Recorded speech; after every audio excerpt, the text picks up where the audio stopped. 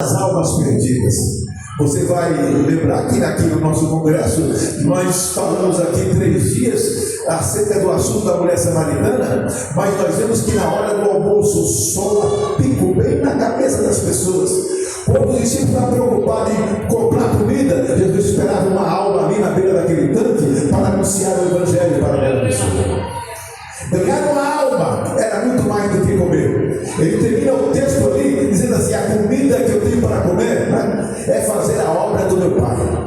A razão da minha existência é essa, e às vezes não é o que nós sentimos e pensamos. A obra de Deus não é prioridade das nossas vidas. Vira e mexe, nós vemos pessoas: pastor, eu vou entregar o trabalho porque eu estou com um problema particular. Então, vou dizer, os meus problemas particulares são prioridades do que, como a pessoa diz, o que eu quero dizer, os meus problemas particulares são melhores e são prioridades do que a obra de Deus. Então eu vou resolver os meus problemas, se der tempo, se der jeito, um dia eu volto a fazer a obra de Deus. Os cristãos de hoje em dia pensam assim: por quê? Porque o Senhor não é Ele, eu que sou o Senhor. Eu vim aqui em busca dos meus interesses e não de fazer a vontade de Deus. Amém? Então é assim que se faz. Essa igreja pregava o Evangelho. E nós precisamos largar de fazer festa e pregar o Evangelho. E chorar pelas almas perdidas. E derramar lágrimas pela nossa família que precisa de salvação, libertação e cura. Na verdade, estamos chorando por causa de povo, por causa do dinheiro, por causa de tanta coisa, mas não choramos aos pés do Senhor por causa dos nossos próprios problemas. Senhor, salva, liberta, transforma. Amém? Você está aí, meu querido? Então essa igreja anunciava Jesus. O versículo 21 diz que eles se convertiam. Olha como diz: e a mão do Senhor era com eles, e grande número que creu se converteu. Então ele fala de 2 coisas: acreditavam e se convertiam.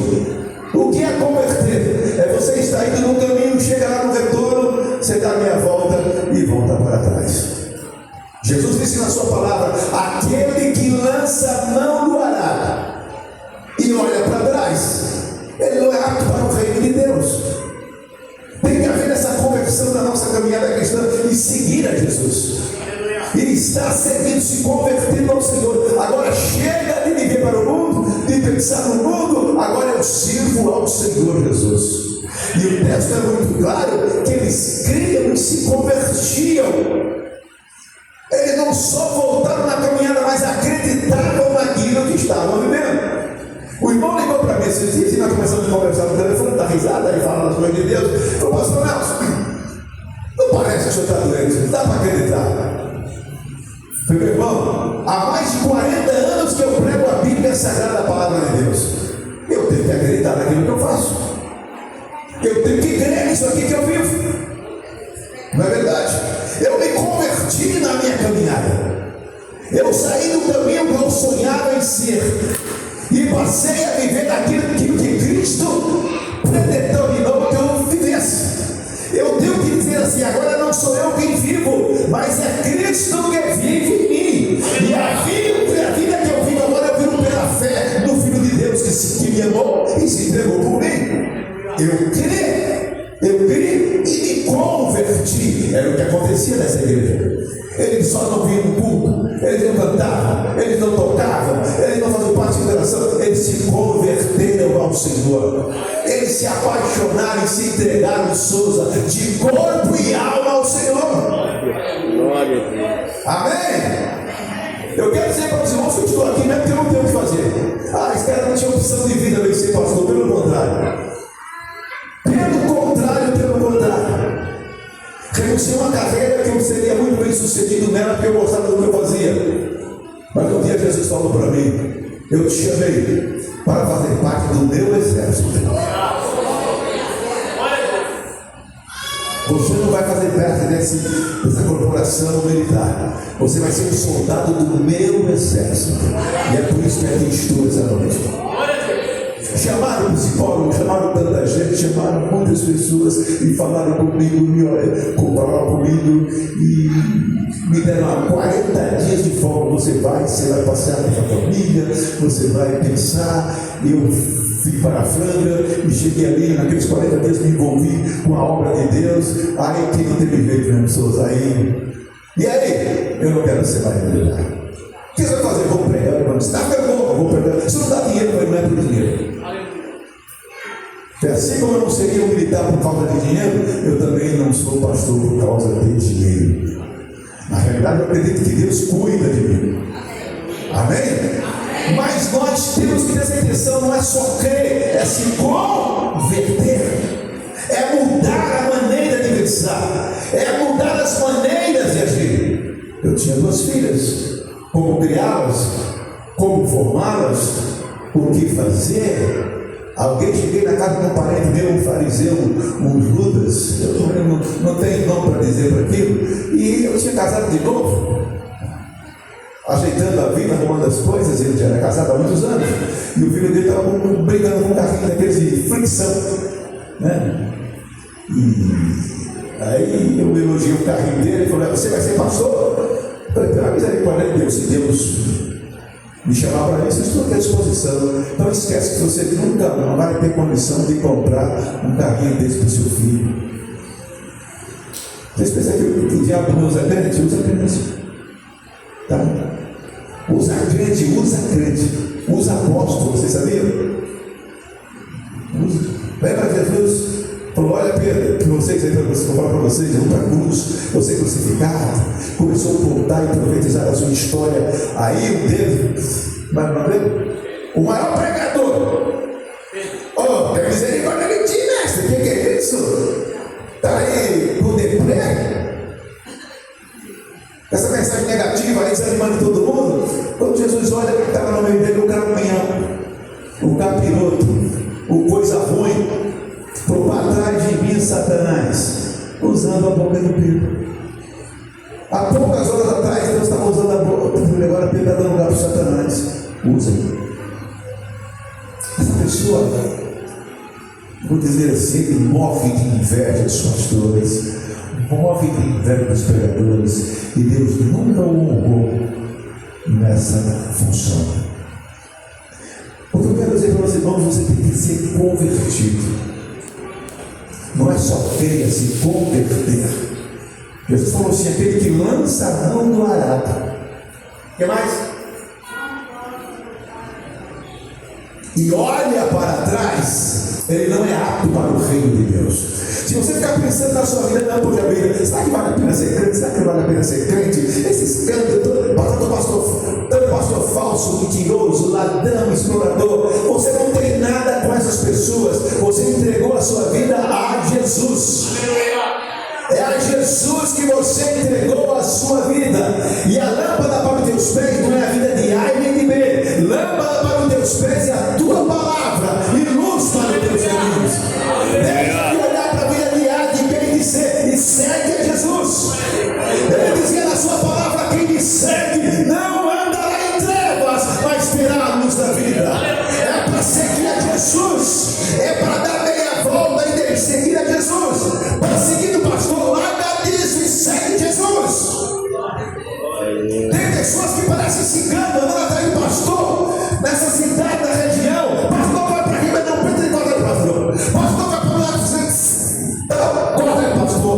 Lugar vai para o lugar. Não pode ser assim. O que a gente tem que crescer na graça e no conhecimento de nosso Senhor e Salvador Jesus Cristo. E saber que quem dá salvação, quem guia os seus caminhos, quem o batiza com o Espírito Santo, quem abençoa a sua vida é Jesus. É Jesus. É Jesus. Ele diz: sem mim nada podeis fazer. Nada podeis fazer. Glória a Deus. Essas pessoas se convertiam ao Senhor. O versículo 21 diz assim: a mão do Senhor era com eles. O que é que ele queria dizer aqui, Lucas? Que havia uma operação sobrenatural naquela igreja. Não era um culto metódico, não era um culto programado, não era um culto que se sabia o que ia acontecer. Era a mão de Deus operando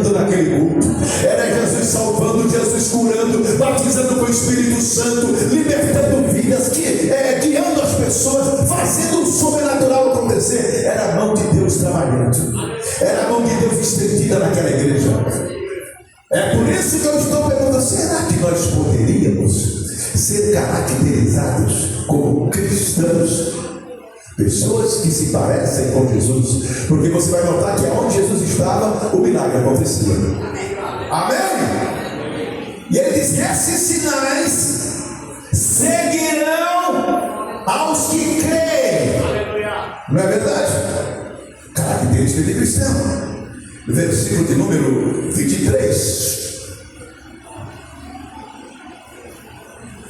Quando ele chegou e viu a graça, olha, chegou a notícia dessas coisas aos ouvidos da igreja de Jerusalém, e enviaram Barnabé a Antioquia. E quando ele chegou e viu a graça de Deus, se alegrou, exortou a todos que permanecessem no Senhor com todo o seu coração.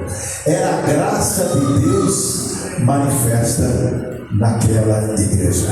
Era uma igreja submissa às autoridades apostólicas, né? Foi enviado Barnabé para ver aquele movimento que estava acontecendo e fazer uma análise se realmente era Deus operando. E sabe a conclusão que ele chegou? É a graça de Deus sendo derramada naquele local. Era a graça de Deus operando naquela igreja. Mais do que nunca, o mundo precisa ver, a região precisa ver a graça de Deus se manifestando entre nós.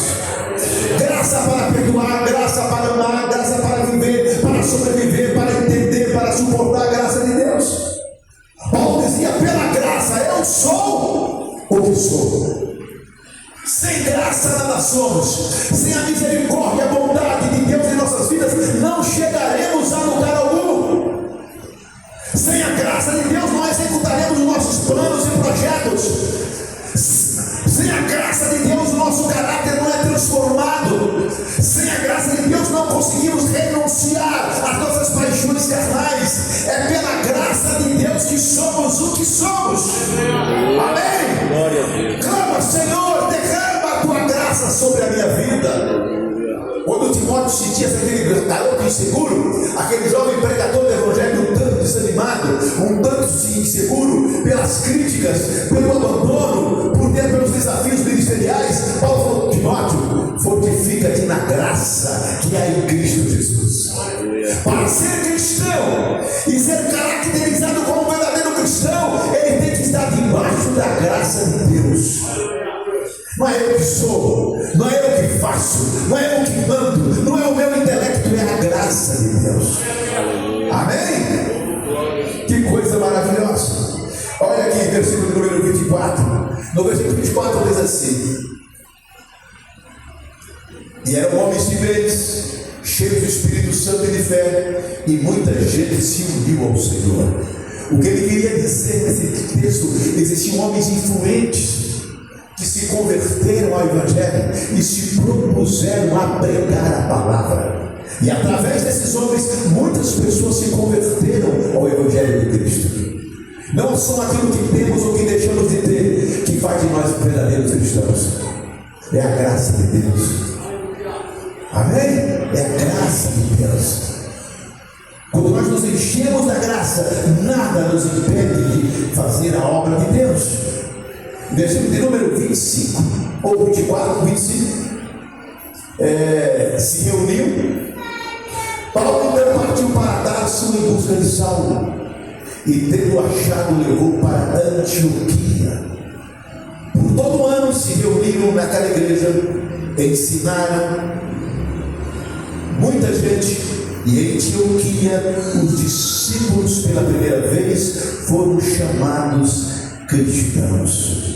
Uma igreja que se reunia para o ensino da palavra de Deus. Nós sabemos, entendemos, temos que entender que dons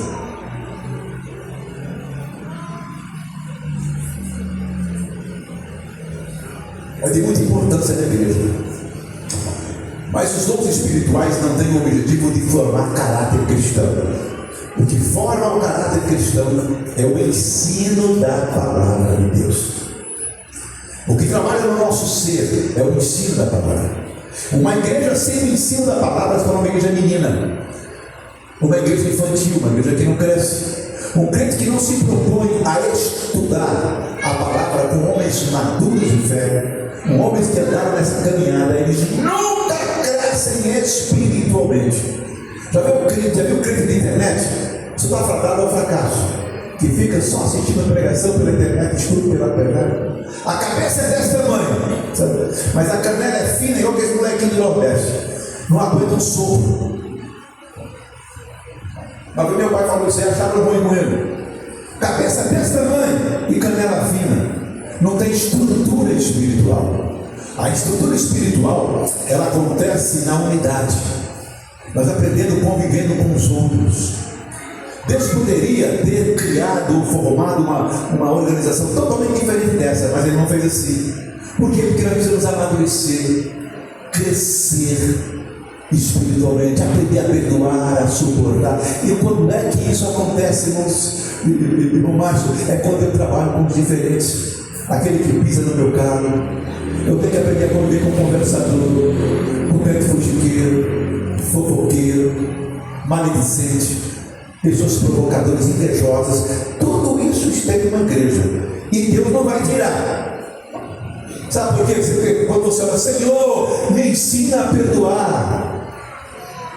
Se você tem alguém do teu lado que pisa no teu pé, para você aprender a perdoar. Como é que eu aprendo a perdoar se não tiver um pisador no carro da gente? Não é verdade mais? Pastorzão Marcos, você está, Deus, me dá paciência. Jesus vai dar mais de 20 tribulos lá para o. E manda mesmo, isso é normal acontecer. Isso aqui não é pedacinho do céu, não, irmãos. É gente. Ser humanos sendo trabalhados, ensinados para viver uma vida cristã como precisa ser vivida. Não é verdade? É isso que acontece. Essa igreja precisou ser ensinada. O que eles fizeram? Eles valorizavam os dons. Vamos chamar um grande ensinador, o nome Paulo. Está lá, na cidade. Ele aqui, ó. Partiu então Barnabé para Tarso em busca de Saulo. Vamos trazer esse ensinador para cá. E Paulo começou a ensinar aquela igreja. E aquela igreja começou a entender os preceitos do Evangelho. A palavra de Deus. A profecia tem três funções interessantes na Bíblia. Qual é? Quem é que se lembra? Exortar, consolar e edificar. Exortar, consolar, edificar. Então o que acontece? Nós precisamos do ensino da palavra para amadurecer, para estruturar. É isso que. E se esse ensino, as coisas não chegam a lugar nenhum. Por que aquela igreja era uma igreja chamada cristã? Porque Jesus um dia ensinou em Mateus, e por todo mundo, né? Fazem discípulos, é isso, Júlio, em todas as nações, batizando-as em nome do Pai e do Filho, ensinando-os a guardar todas as coisas que tenho mandado. Por que é que existe um culto de terça-feira? Por que é que existe a escola bíblica dominical na igreja? Porque Jesus mandou que nós ensinássemos a palavra de Deus. Quando a igreja faz aquilo que Jesus mandou, ela está trazendo em si as características de Jesus Cristo. A igreja de Antioquia é uma igreja assim. Uma igreja que se reunia, uma igreja que tinha comunhão, e vendo, achando, levou para Antioquia, versículo 26, por todo um ano se reuniram naquela igreja. Eles se reuniam, eram todos nas reuniões de ensino da escola dominical. Eram todos estudando. Hoje não vai dar para um estudo bíblico, que eu tenho que passear com o meu cachorrinho no lago. Não serve para ser da igreja dos cristãos. Cristãos, o ensino da palavra é prioridade na sua vida. Amém? Amém. Estudam a palavra. Tinha discípulos, ou aprendizado naquela igreja era algo ensinaram muita gente, e em Antioquia os discípulos, os seguidores de Jesus Cristo, aqueles que aprendiam os mandamentos, as características de Jesus para praticá-las, eles foram os primeiros a serem chamados cristãos. Por que esse pessoal é chamado de cristão? Porque parece com Jesus. Olha o jeito que ele fala. Você já fiquei sabendo, olha, mas não fala igual Jesus, não age como Jesus, não perdoa como Jesus, como tem um coração perdoador como Jesus, como esquece as mágoas como Jesus, como é que chama seus inimigos de amigo? Lembra? O camarada chegou para dar um beijo em Jesus e falou: aquele que eu der um beijo, pode aprender que esse é um camarada. Quem foi que falou isso? Judas, não foi? Combinado foram os sacerdotes, soldados e pedaços de pau na mão para prender Jesus. Judas chega e dá um beijo em Jesus. Qual foi a reação de Jesus que Jesus falou para Judas? Amigo! Por que você fez isso? Por que você veio aqui por essa razão, por esse motivo? Ser cristão é chamar os seus próprios inimigos de amigos e estar disposto a ajudá-los, a perdoá-los, a esquecer as mágoas. Tem pessoas que não brigam, mas nunca esquecem mais a mágoa. Jesus, você anda para mim, é contra o inimigo. Se ele quer te arrancar a capa, né, a túnica, nem a capa para ele também. Nós não estamos aqui para confusão, para intriga, para briga. Cristão, eles são perdoadores. Cristãos amam, independente do que vem em troca. Lembra de Jesus na cruz? O camarada, Senhor, se você é o Cristo mesmo, daí salva nós. Jesus fez que não ouviu. Mas ele falou: Senhor, lembra-te de mim quando entrares no teu reino. Hoje mesmo você vai estar comigo no paraíso. Aleluia. Meus queridos, nós temos que entender essa verdade da palavra de Deus. Eles tinham identidade, eles eram chamados de cristãos. Até aquele momento, a igreja era chamada no caminho, não era chamada de cristãos. Se você ler, não sei se você pode ter tempo para marcar isso aí, mas em Atos 19:9, ali a igreja é chamada de o caminho. Atos 19:23, o caminho. Atos 22:4, o caminho. 24:14, o caminho. 22:22, o caminho. Mas a partir daqui, essa igreja é chamada os cristãos. E esse nome foi permeando no Império Romano, crescendo entre os gentios.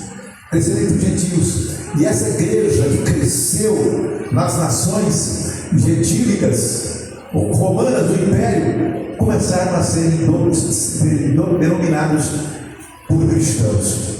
Por quê? Porque traziam em si as características de Cristo. Versículo de número 29 a 30.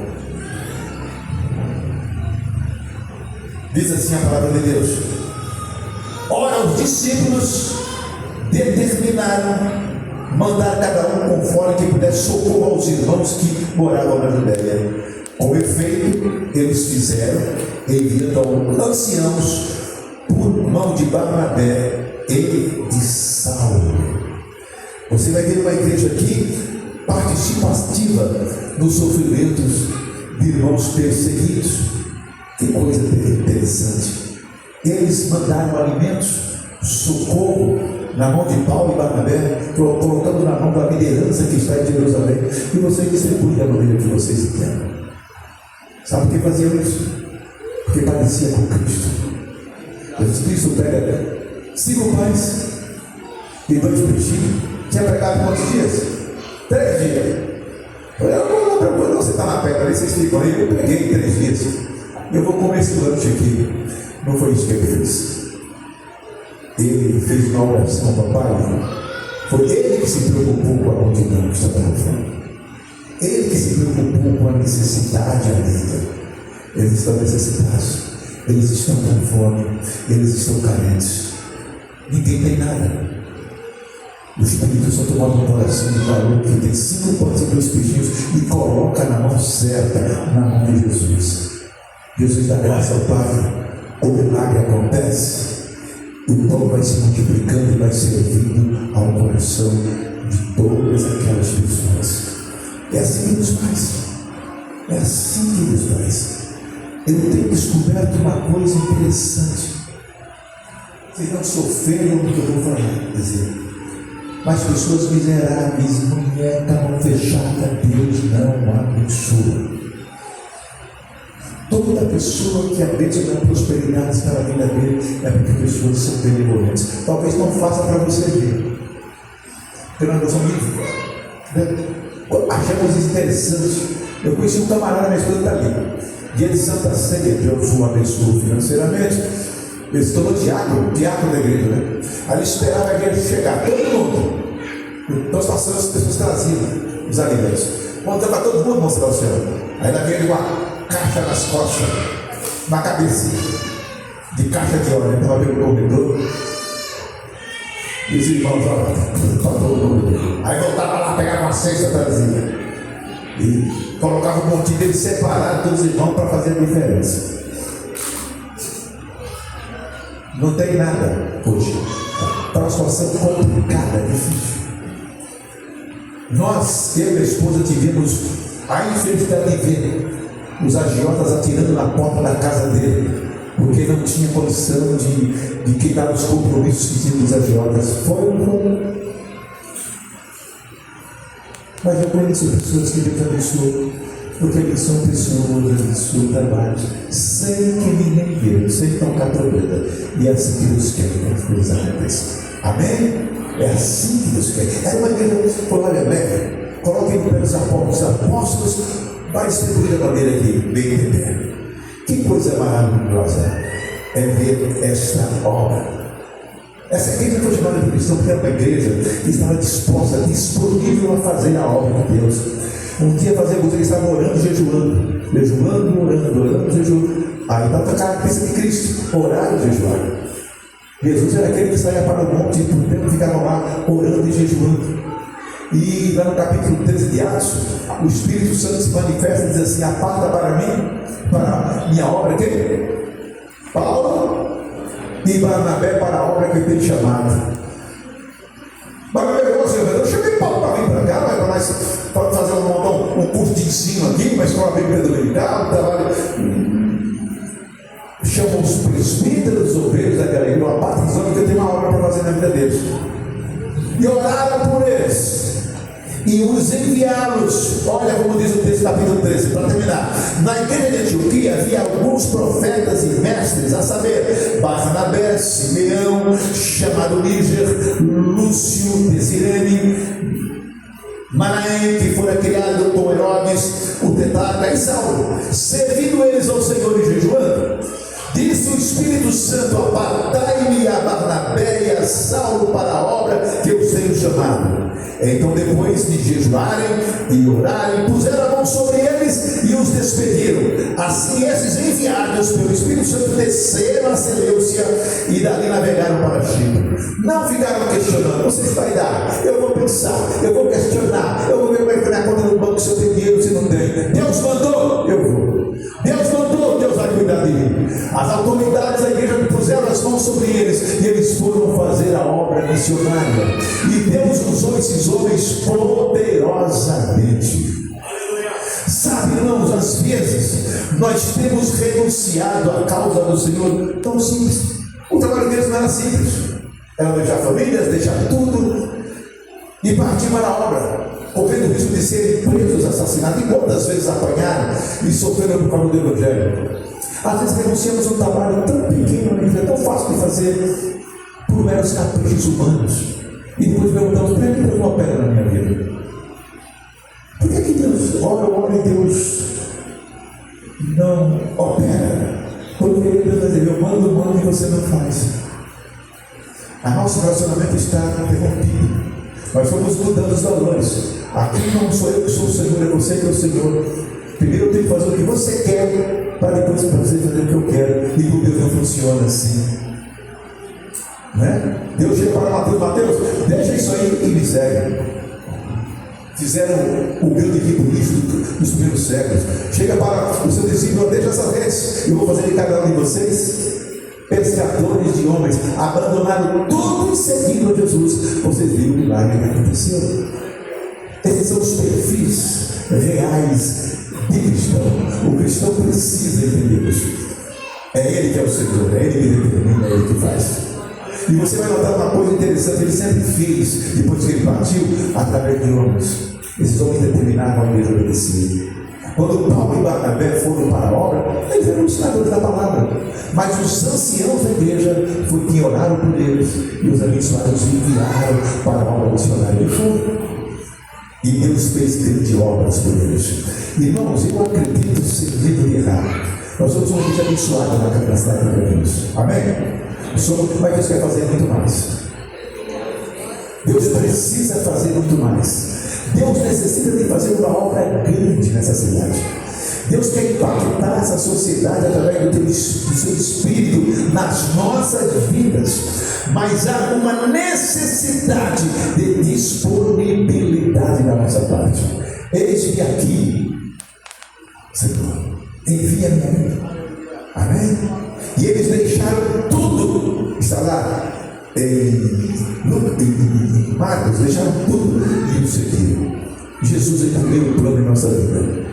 E as coisas vão começar a acontecer dentro dos nossos lares, dentro da nossa casa, dentro da nossa família. Fiquemos em pé e vamos fazer.